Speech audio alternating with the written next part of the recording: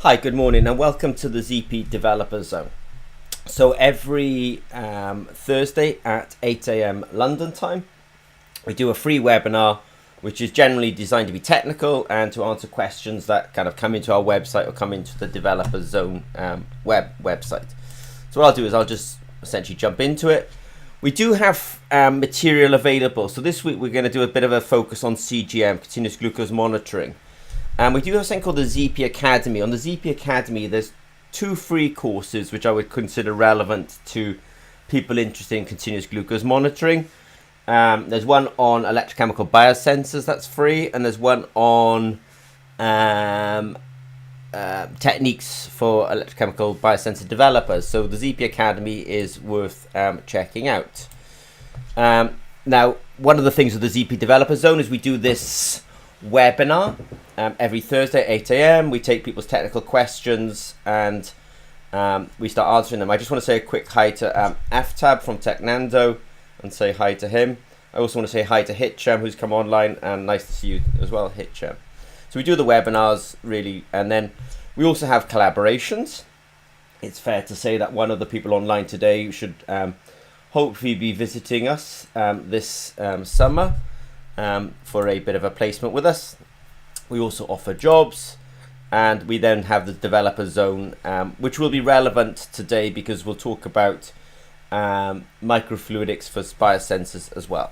So I want to speak quickly because I know there's some people that have particularly come on to discuss CGM this morning, so I don't want to take up a lot of time.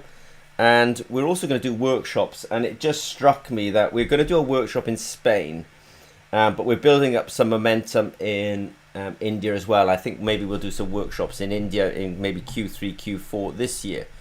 Right, now I'll move on. Questions. Introduction to CGM. So we've had a lot of inquiries about continuous glucose monitoring at the moment. It's a hot topic, unfortunately diabetes is it's essentially a sort of global pandemic. I mean, this is from India to the US to Europe.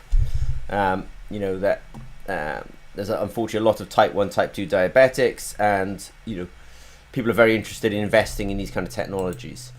So today I'll talk about some technical, I'll talk about some existing technologies at Zimmer Peacock. I'll talk about efforts to make a CGM.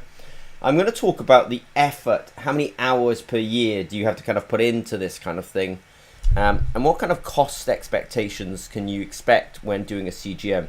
So at Zimmer Peacock, we're slightly unusual, and we are highly technical. We are ISO 13485, and we also sort of take on the the practical aspects of what's it really cost to make a biosensor. And then I will we had an inquiry from a university, and I'll also talk about microfluidics on screen printed electrodes. So question 1. Now I will talk quickly. People like Hitcham, Aftab, who are online. I also know there's maybe a couple of ex-PhDs from Newcastle might be online today, so I just want to go quickly through this slide because I don't want to, it is recorded so you can rewatch it. Now, Zimmer and Peacock, we do make electrochemical biosensors, including electrochemical glucose sensors. So these kind of sensors will involve, if I just back up slightly,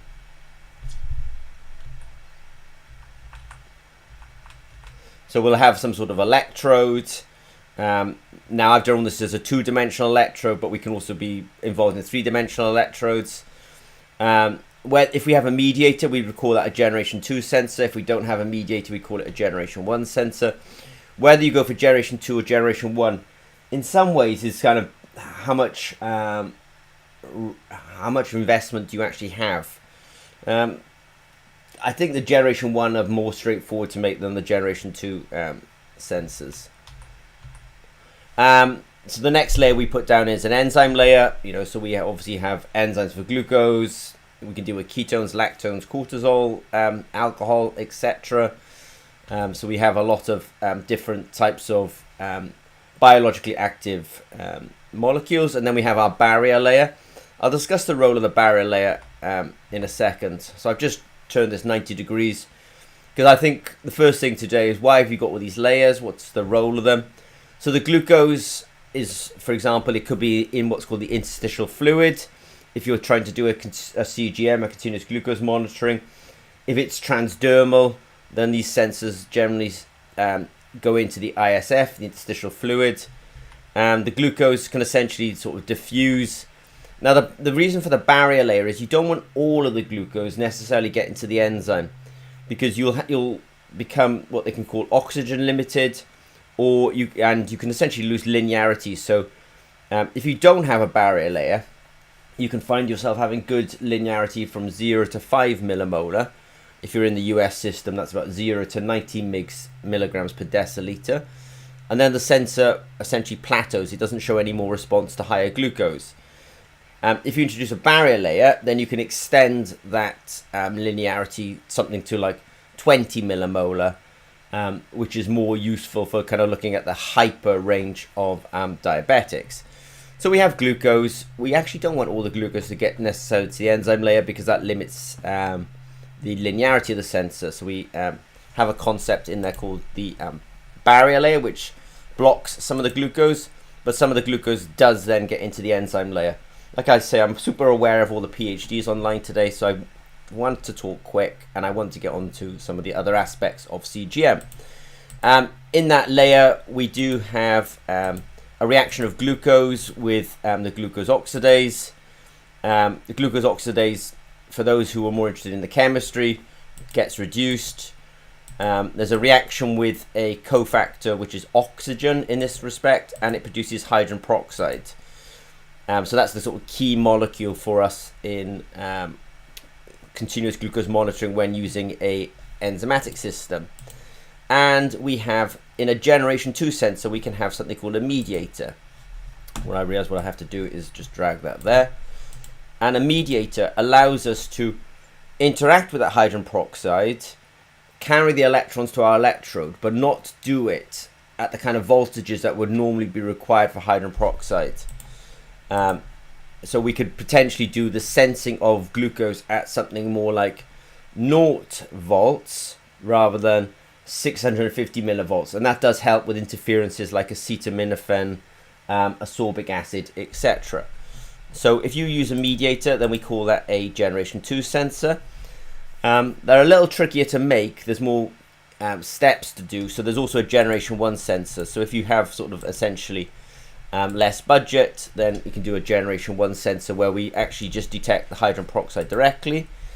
Medtronic and Dexcom, who are two of the big manufacturers, they're doing generation 1 CGM, continuous glucose monitoring, and Abbott is a generation 2. The Abbott Freestyle Libre is a generation 2 glucose sensor. I want to go through that quickly. There's too many people online that I respect that I don't want to take up their time with going over stuff they already know. So we'll move from the deep technical now up to just talking about some resources. So at Zimmer Peacock, we do have a lot of existing technologies about continuous glucose monitoring. There's a lot of interest these days in microneedles. We're very involved in microneedles. I've got quite a lot of material on the website about microneedles. Now, I have here something called wire sensors. So when I talk about wire sensors, when I think about Medtronic, Dexcom, and Abbott, I think of them as a kind of wire sensor. It's not in these slides, but these kind of wire glucose sensors were originally invented by a guy called George Wilson in about 1992. And then they've been made commercially available through those 3 companies, and they're really in that kind of wire sensor space. So I would call those sort of transdermal sensors. There's a lot of interest in the market at the moment for people interested in, I would say, minimally invasive glucose sensing. There was a company in the past called Echo Therapeutics. They used a sort of way of removing the top layer of the skin, and that's how they would access the interstitial fluid. And they would describe how they would abrade the skin. I just got asked a question online: is how do you get rid of interferences like ascorbic acid, uric acid? The quick answer to that is a generation 2 sensor versus a generation 1 sensor would help with that. In, for example, ascorbic acid, it kind of oxidizes at potentials of sort of 300 millivolts to 500 millivolts. But if you use a generation 2 sensor that works at 0 millivolts, then you're essentially blind to ascorbic acid. So that was just a quick question that came in online. So I'm just talking about existing technologies that we have. So we have some microneedles. I would consider that sort of the minimally invasive technology. Minimally invasive that's been tried in the past is echotherapeutics. They're always worth a look at. In the public domain at the moment, if you Google BioLink, you'll see that they're doing they're doing minimally invasive, and they've just been funded to something like $100 million.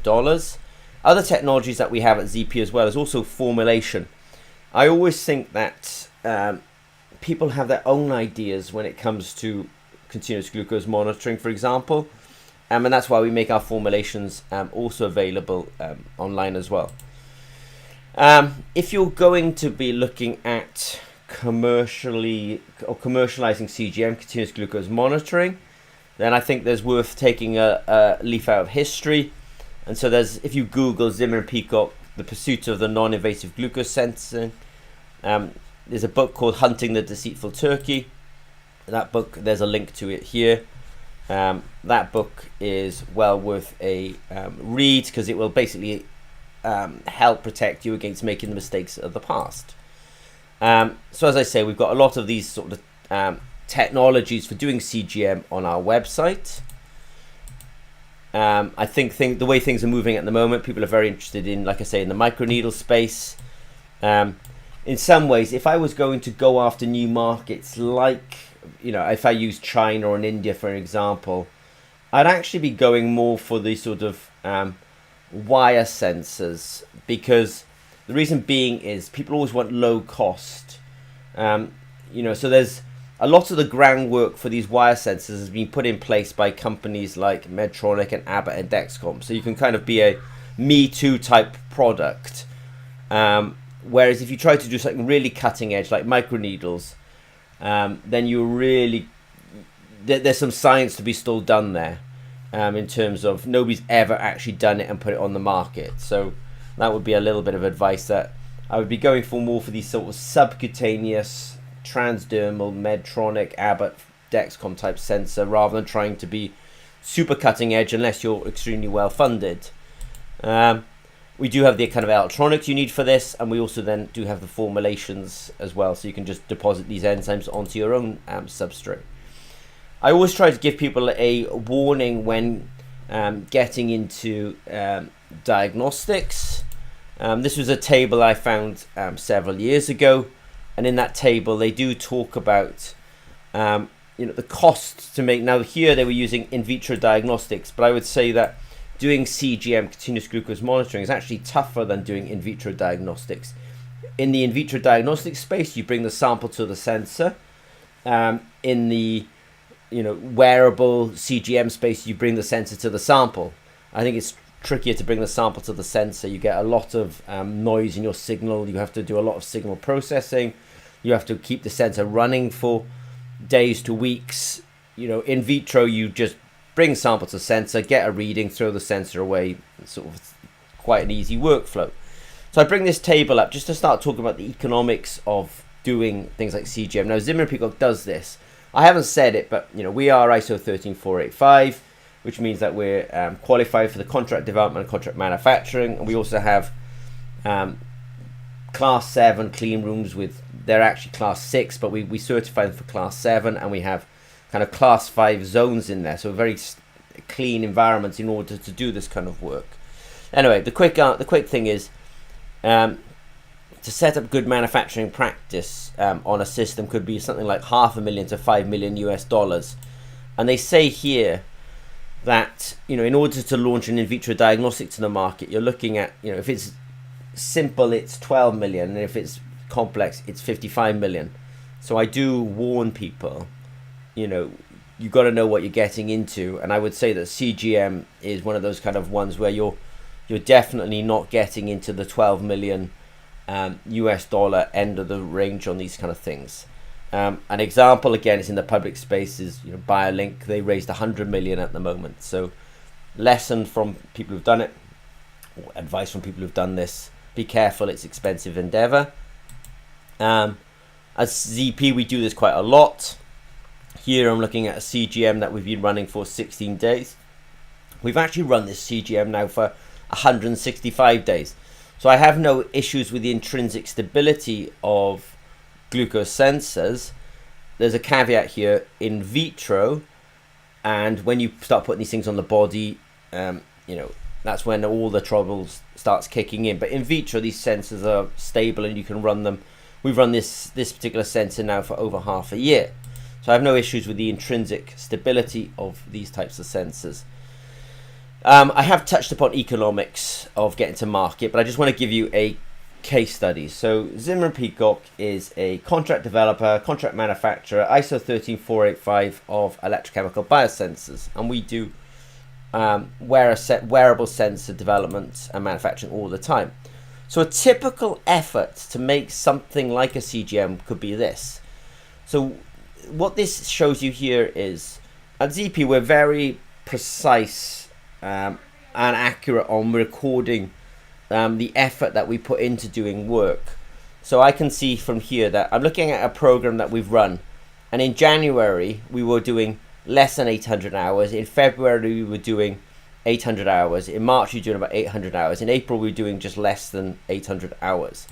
So what this represents is, in a wearable program, Zimmer & Peacock could be putting in something like 10,000 hours per year. Now 10,000 hours is equivalent to 5 to 6 people. But at the same time, if ZP is working on a, let's say CGM, a continuous glucose monitoring, we could be putting a full-time team of 5 to 6 people on such a project. At the same time, the collaborator is also putting on 5 to 6 people. So you've got a team of something like 12 people, and that's sort of essentially mostly engineering and scientists.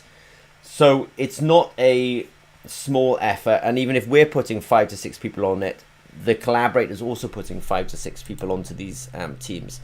Now, what makes Zimmer & Peacock, I think, particularly powerful is, even though we're putting 5 to 6 people on there in order to make the sort of approximate 10,000 hours, actually that 5 to 6 full-time equivalents is actually made up of 36 people.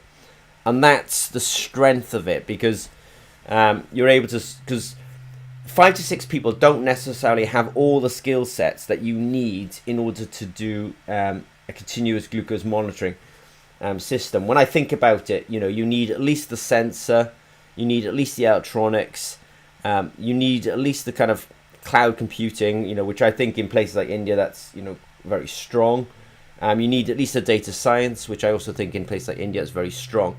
But you need quite a range of people. You actually need quality. And that's almost everything's got to be documented. So you need quite a QMS, a quality management system in place as well. So we might put 10,000 hours of effort into a program, which is a 5 to 6 people, but it's actually made up of 36 people, because they're all the most effort in this particular project from somebody was 1,300 hours per year, and that was because of the project manager. And the least amount of effort from somebody was 7 hours. So somebody probably came in just to do something like soldering, So it gives you a sense of the number of people that have to come into a CGM project, and actually their efforts could be on quite a range, from 7 hours to 1,300 hours, depending on whether they're critical to the program or they're just doing incidental work. And you can see that if I draw a line along here, that most of the time we're at or over 800 hours during the year. It gives you a sense of the kind of effort that's really going on here. With these kind of projects, project management's really important, clearly, because you need, and what we're doing is we're sort of daily on the project. The project managers are in daily contact with the collaborators, and then there's kind of weekly meetings to make sure everyone's up to date. So I'm going to summarize. I'm talking fast because I want to be efficient with time. It is recorded. People can rewind and find information. So we do have a lot of technologies in place. I only touched upon it, but we've also got a lot of clean rooms in place as well. So sterility and cleanliness of the products is really important. These are going through the skin. They could be a source of infection, and so being able to sort of manufacture in a GMP facility is important, which we have.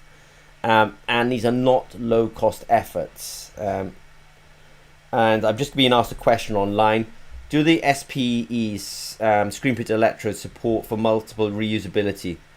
The quick answer on that question is, if the SPE is affected by the analysis, then you can't necessarily reuse it.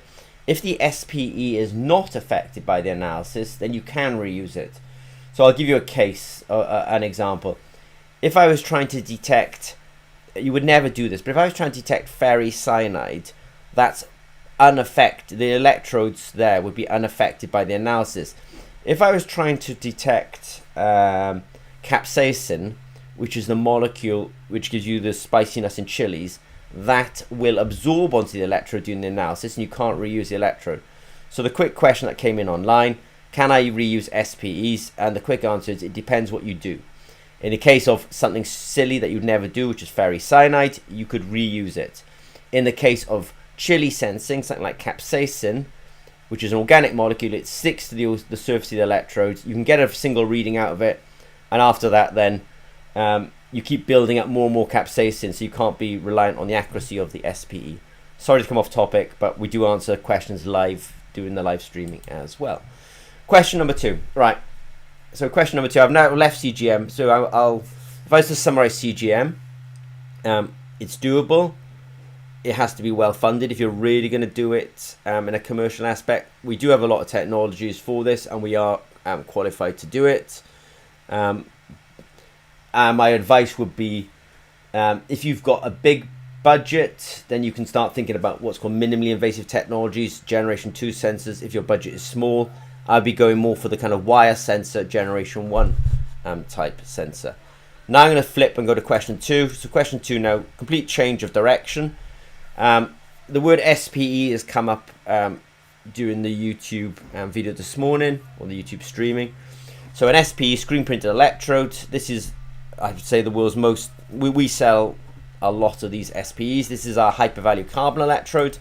The Inquirer is saying, rightly so actually, that screen printed electrode is only part of the story. If you're trying to make an in vitro diagnostic, you have to have a way of bringing the sample to the sensor in a reproducible way. And I call that essentially microfluidics.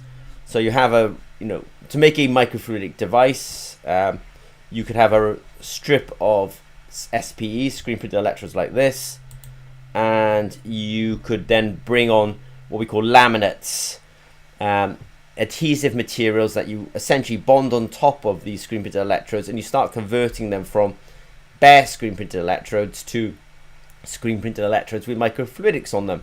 So you'll really go from screen printed electrodes to IVDs, in vitro diagnostics. It looks much more like a glucose strip. Now the Inquirer wants to know how to kind of make microfluidics on top of screen printed electrodes. So we do have kits for this. You can buy these pre-cut materials. We have clamps. The clamps allow you to put pressure onto the adhesive material and push it down onto the screen printed electrode. So we do have that. But because of the style of the Inquirer, because they're from an academic perspective, I would actually recommend that they try something a bit more, let's say, novel, which is using 3D printing to make their microfluidics. So at ZP, if you're a member of the developer zone, we make these available to you. These are STL files. So join the developer zone, ask me to give you a code, and you can have what's called the STL files for 3D printing these microfluidic chambers. These microfluidic chambers would allow you to essentially bring a 3D printed microfluidic chamber onto our hypervalue carbon electrodes. And so you can go from, if I think about this particular group, that the workflow that they need is they need hypervalue carbon electrodes. They need to functionalize those hypervalue carbon electrodes into immunosensors. We have talked about that a lot in past webinars. Once you've functionalized the surface, you've essentially gone from a screen printed electrode now to a true biosensor, but you haven't gone to an in vitro diagnostic because you haven't really put the liquid handling around it. At which point then start 3D printing those chambers. And I recommend that to this group because, in academia the budget's more limited, but people can get hold of 3D printers. They can also get hold of talent. I call students, they're pretty smart, extremely smart, and they can 3D print these sorts of devices for you. So that would be my recommendation. Join the developer zone. We'll send you the STL files. You can start printing those, and you can come up the value chain from screen printed to biosensor to in vitro diagnostic. Right, so I've spoken fast and I'm going to summarize. So this week we spoke about introduction to CGM. We talked about generation 1, generation 2 CGMs. We talked about wire versus minimally invasive. We said, look, read a book called Hunting the Deceitful Turkey, which will tell you about the history of CGM. We've done technical, we've done existing technologies at ZP, and we've also said, you know, these kind of programs, you've got to think about, you know, if you're working with companies like Zimmer and Peacock, we're going to have to understand your vision, and then we're going to have to put a team on it, and it's something like 10,000 hours per year, so just FYI. And then to the academic group that want to know how to make microfluidics on SPEs, hypervalue carbon electrode, turn those into immunosensors using bonding to the carbon surface. I've done webinars on it, we can go over it. Once you've done that, then you can start putting the microfluidics on, and I think 3D printing is a good is a good direction for you. So I will say thank you for this week. I did speak fast. It's 8:26. We sort of started on time, so that's a continuous stream of consciousness for 26 minutes. I just want to say big thanks to AFTAB for this week for helping to organize this webinar. Like I said, we want to give a particular focus on CGM because there seems to be a lot of interest in CGM at the moment. If you have any questions, reach out to Zimmer Peacock. Okay, guys, thanks for your attention today.